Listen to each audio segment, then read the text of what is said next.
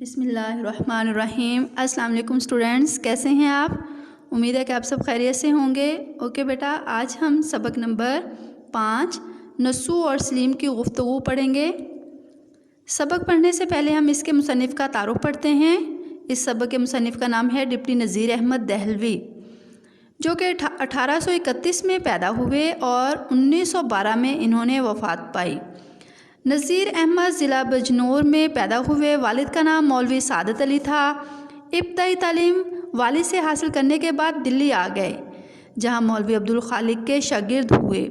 بعد میں دلی کالج میں داخلہ لیا۔ وہاں سے فارغ التحصیل ہونے کے بعد عملی زندگی کا آغاز گنجا ضلع گجرات میں ایک اسکول میں مدرس کی حیثیت سے کیا، یعنی کہ جب وہ تعلیم سے وہاں سے فارغ ہوئے تو وہاں اس کے بعد آپ نے ضلع گجرات میں ایک استاد کی حیثیت سے ایک اسکول میں کیا ہے اپن61 زندگی کا آغاز کیا۔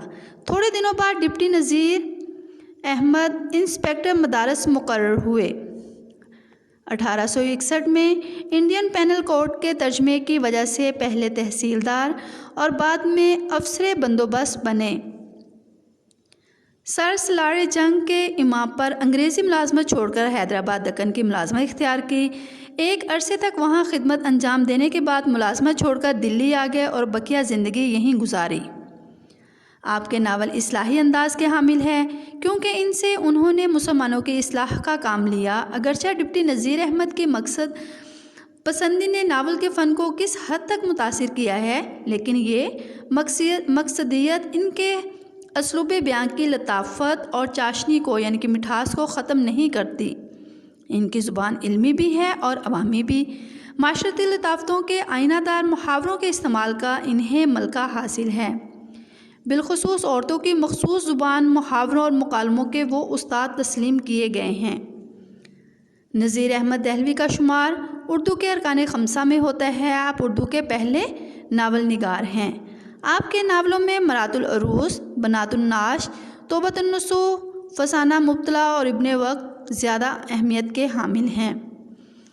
یہ تھا ان کا تعارف۔ بیٹا اس میں سے اب آپ نے ان کی وفات، پیدائش اور کس ضلع میں پیدا ہوئے، آپ کے والد کا نام کیا تھا، اس طرح کے مختصر سے آپ نے کویسچن اس میں سے بناتے ہوئے یاد کرنے ہیں، یعنی کہ ایم سی کیوز کے طور پر، اس کے شارٹ کویسچنز نہیں بلکہ ایم سی کیوز کے طور پر ان کو اس طرح یاد کرنا ہے اس پورے یعنی تعارف کو، کہ آپ اس میں سے کوئی بھی ایم سی کیوز آ جائے تو آپ بآسانی کر سکیں۔ اب ہے انہی کا تحریر کردہ سبق نسو اور سلیم کی گفتگو، جو کہ صنف کے لحاظ سے ناول ہے۔ اس سبق کے مقاصد تدریس یہ ہیں کہ اردو ناول کی ابتدائی صورت سے متعارف کرانا، آداب معاشرت سے آگاہ کرنا، زبان کی سلاست اور محاورات کے استعمال سے روشناس کرانا، ایک اچھا طالب علم کیسے بنایا جا سکتا ہے یا بنا جا سکتا ہے، اس چیز کی اس میں وضاحت کی گئی ہے اس سبق میں۔ اس سبق کے بارے میں مزید بتاتے چلوں، جب انسان زندگی کی اثر روح سے روشناس ہوتا ہے تو وہ دنیاوی زندگی کی بجائے ابدی زندگی کو سنوارنے کے جتن کرتا ہے۔ اصلاح کا کام اپنے گھر سے شروع ہوتا ہے۔ کنبے کا سربراہ پورے خاندان کی اخلاقی حالت سدھارنے کا ذمہ دار ہوتا ہے۔ اگر خاندان کا سربراہ اپنے کنبے کی صحیح طور پر دیکھ بھال کرے گا تو وہ قیامت کے دن سرخ روح ہوگا، اور اگر وہ اپنے خاندان والوں کی صحیح تربیت کرے گا تو وہ قیامت کے دن کیا ہوگا؟ اگر نہیں کرے گا تو وہ قیامت کے دن اللہ تعالیٰ کے سامنے جواب دہ بھی ہوگا۔ بالکل ایسے ہی نسو بھی اپنے بیٹے سلیم کی بہتر تربیت اور اصلاح کے لیے اسے اپنے پاس بلاتا ہے اور اس سے روزمرہ معاملات کے بارے میں گفت و شنید کرتا ہے۔ وہ جاننا چاہتا ہے کہ اس کے بیٹے کے شب و روز کیسے گزرتے ہیں۔ اس سبق کی مختصر وضاحت کرتے چلوں کہ ایک سال دلی میں ہیضہ کی وبا آئی۔ دوسرے افراد کی طرح نسو بھی اس بیماری کا شکار ہو گیا اور یہ سمجھا کہ موت قریب ہے۔ مایوسی کی حالت میں اسے مرنے کے بعد کی زندگی کی فکر لاحق ہوئی۔ ڈاکٹر کی دی ہوئی خواب آور دوا کھا کر وہ سو گیا۔ خواب میں اس نے مرنے کے بعد آخرت کے دل دہلانے والے مناظر دیکھے تو گھبراہٹ کے عالم میں اٹھ بیٹھا۔ جاگنے کے بعد اسے اپنی اور اپنے خاندان کی بے مقصد زندگی پر بے حد افسوس اور پچھتاوا ہوا۔ اس نے اپنی سابقہ بے مقصد زندگی سے توبہ کی اور اپنی بیوی فہمیدہ کو اپنے خاندان کی اصلاح کے لیے اپنا مددگار بنایا۔ چنانچہ میاں نسو اور اس کی بیوی فہمیدہ کے درمیان یہ عہد و پیمان ہوا کہ دونوں مل کر اپنے خاندان کی اصلاح کریں گے۔ اس سلسلے میں اگلے روز میاں نسو نے صبح کے وقت اپنی ملازمہ بیدارہ کے ذریعے چھوٹے بیٹے سلیم کو پیغام بھجوایا کہ وہ اوپر والی منزل یعنی کہ چھت پر آ کر اس سے ملے۔ اس دن ابھی سلیم نیند سے بیدار بھی نہیں ہوا تھا کہ ملازمہ بیدارہ نے اسے جگایا اور پیغام دیا کہ اس کے والد صاحب اوپر والی منزل پر یعنی کہ چھت پر بلا رہے ہیں۔ سلیم کی عمر اس وقت 10 سال سے بھی کم تھی۔ جب اس نے اپنے والد میاں نسو کا پیغام سنا تو وہ بہت فکر مند ہوا اور گھبرا کر اٹھ بیٹھا۔ جلدی سے ہاتھ منہ دھو کر اپنی ماں کے پاس گیا اور ان سے پوچھا کہ اماں جان، کیا آپ کو معلوم ہے کہ ابا جان نے مجھے کیوں صبح سویرے بلایا ہے؟ کیا والد صاحب میری کسی بات پر برہم ہیں؟ ماں نے جواب دیا کہ ابھی تک تو وہ اوپر ہی سے نیچے نہیں آئے اور نہ ہی میری ان سے ابھی کوئی بات چیت ہوئی اور نہ ہی میری ان سے کسی بھی قسم کی ملاقات ہوئی ہے۔ سلیم نے اپنی ماں سے کہا کہ آپ بھی میرے ساتھ چلیں، تو ان کی ماں نے کہا کہ نہیں، میری گود میں لڑکی سو رہی ہے، تم اکیلے ہی چلے جاؤ۔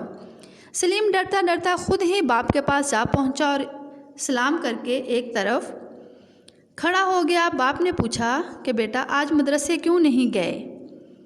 سلیم نے جواب دیا کہ کچھ دیر بعد جاؤں گا، ابھی کوئی گھنٹہ بھر کی دیر ہے۔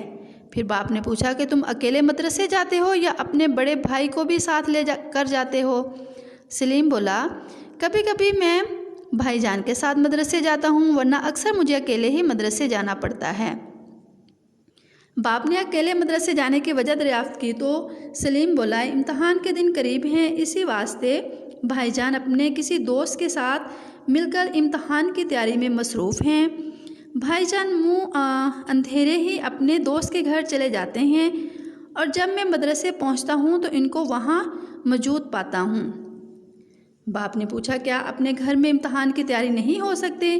سلیم بولا یہاں ہر وقت بڑے بھائی کے پاس گنجفہ اور شطرنج ہوتا ہے۔ گنجفہ یعنی کہ تاش بازی ہوتی ہے، تاش کھیلتے ہیں اور شطرنج کھیلتے ہیں، اس لیے وہ گھر میں نہیں پڑھ سکتا۔ ایسے میں تیاری کرنا مشکل ہے۔ باپ نے سلیم سے پوچھا کیا تم بھی شطرنج کھیلتے ہو، یعنی کہ تم بھی یہ گیم کھیلتے ہو؟ سلیم بولا مجھے ایسے کھیلوں سے کوئی رغبت نہیں، کوئی محبت نہیں، بلکہ میں تو ہر قسم کے کھیل کو ناپسند کرتا ہوں۔ باپ نے اس کی وجہ پوچھتے ہوئے کہا جناب جہاں تک مجھے یاد پڑتا ہے تم تو کھیلوں کے سدائی ہوا کرتے تھے، پھر یہ اچانک کیا ہوا؟ بیٹا بولا آپ کی بات درست ہے، مگر اب مجھے ہر قسم کے کھیل سے دلی نفرت ہو گئی ہے۔ باپ نے سبب پوچھا تو سلیم کہنے لگا ہمارے محلے میں 4 لڑکے رہتے ہیں۔ پھر اس کا مکمل ان کا حلیہ بھی ان کو بتایا کہ ان کا حلیہ کیا ہے، کس طرح کے وہ لباس پہنتے ہیں اور کس طرح کے وہ کپڑے وغیرہ پہنتے ہیں، ان کے بارے میں بتایا۔ یہ چاروں آپس میں بھائی ہیں، چاروں بھائی بہت نیک ہیں، نظریں نیچی کیے محلے سے گزرتے ہیں، راستے ملنے والے ہر چھوٹے بڑے کو سلام کرتے ہیں، محلے میں یوں رہتے ہیں کہ کسی کو ان کی کانو کان خبر بھی نہیں۔ ان کی عادات بھی بہت اچھی ہیں، نہ گالی بکتے ہیں، نہ قسم کھاتے ہیں، نہ کسی کے پر آوازہ کستے ہیں، نہ کسی کے ساتھ چھیڑ خانی کرتے ہیں۔ اور یہ جب چھٹی ہوتی ہے، آدھی چھٹی ہوتی ہے، سارے بچے کیا ہے کھیلوں میں مصروف ہو جاتے ہیں، لیکن یہ چاروں بھائی ایک قریبی مسجد میں جا کر نماز پڑھتے ہیں۔ سلیم مزید ان کو بتاتا ہے کہ ان میں سے درمیان والا بھائی جو ہے وہ میرا ہم جماعت ہے، وہ بھی میرے ساتھ ہی پڑھتا ہے، وہ بہت ذہین اور پڑھائی میں سب لڑکوں سے آگے ہے۔ ایک دن ایسا ہوا استاد صاحب کا پڑھایا ہوا سبق مجھے زبانی یاد نہیں تھا۔ جب انہوں نے مجھ سے سنا تو مجھے نہیں آیا، جس کی وجہ سے وہ بہت ناراض ہوئے اور اس لڑکے کی طرف اشارہ کر کے کہا یہ بھی تیری طرح کا ایک لڑکا ہے، بہت محنتی اور لائق بھی ہے اور روزانہ سبق بھی یاد کر کے آتا ہے، تمہاری طرح کھیل کود میں وقت ضائع نہیں کرتا بلکہ سارا وقت پڑھائی کو دیتا ہے۔ تمہارے گھر کے پاس ہی تو رہتا ہے، تم میں اور اس میں کیا فرق ہے؟ یعنی کہ تمہارے گھروں کا کتنا فاصلہ ہے؟ اگر تمہیں کھیلنے سے فرصت ملے تو اس کے پاس جا کر سبق یاد کر لیا کرو۔ استاد محترم کی باتیں سن کر مجھے بڑی ندامت ہوئی، مجھے بہت زیادہ شرمندگی ہوئی۔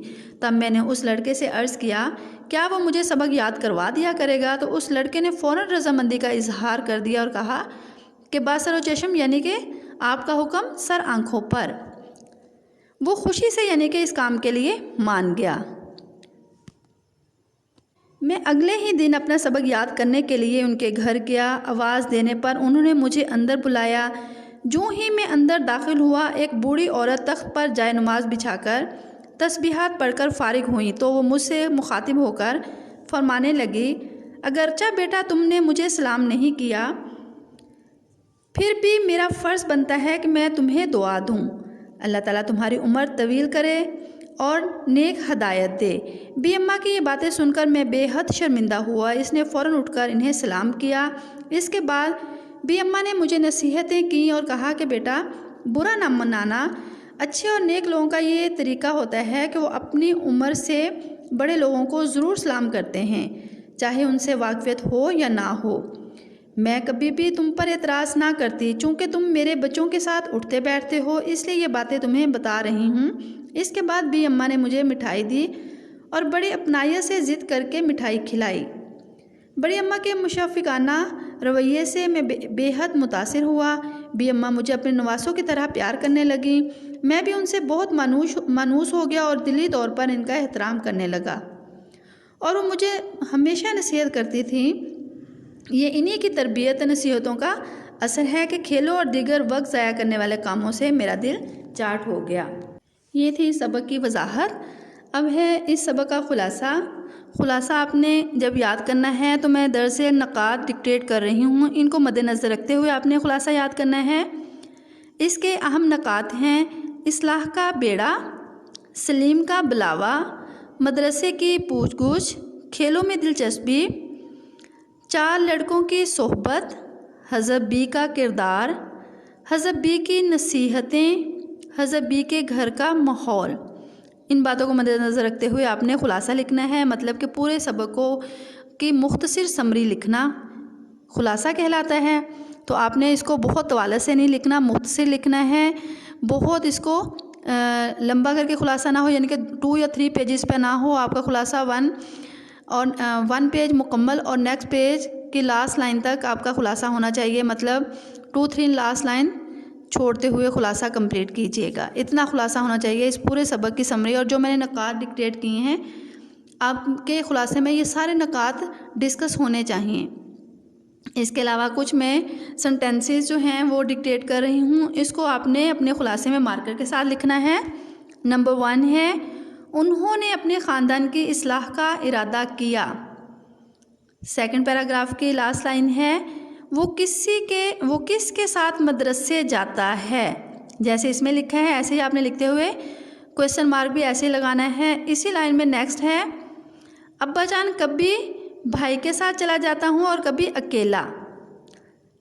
نیکسٹ پیراگراف میں ہے، تمہیں شطرنج کھیلنا آتی ہے، یعنی کہ کیا تمہیں شطرنج کھیلنا آتی ہے۔ نیکسٹ ہے لاسٹ لائن، لاسٹ پیراگراف کی سیکنڈ لاسٹ لائن، وہ اپنے سے بڑوں کو سلام کیا کرتے ہیں۔ یہاں تک یہ آپ نے مارکر کے ساتھ اس میں لکھنے ہیں، لکھتے ہوئے اپنا خلاصہ کمپلیٹ کیجیے گا۔ اوکے، آپ کا کام ہے MCQs میں سے، اس میں سے جو ان کا تعارف ہے اس میں سے 5 MCQs بنانے ہیں اور خلاصہ لکھنا ہے، الفاظ معنی اس کے یاد کرنے ہیں۔ اوکے، بیسٹ آف لک، اللہ حافظ۔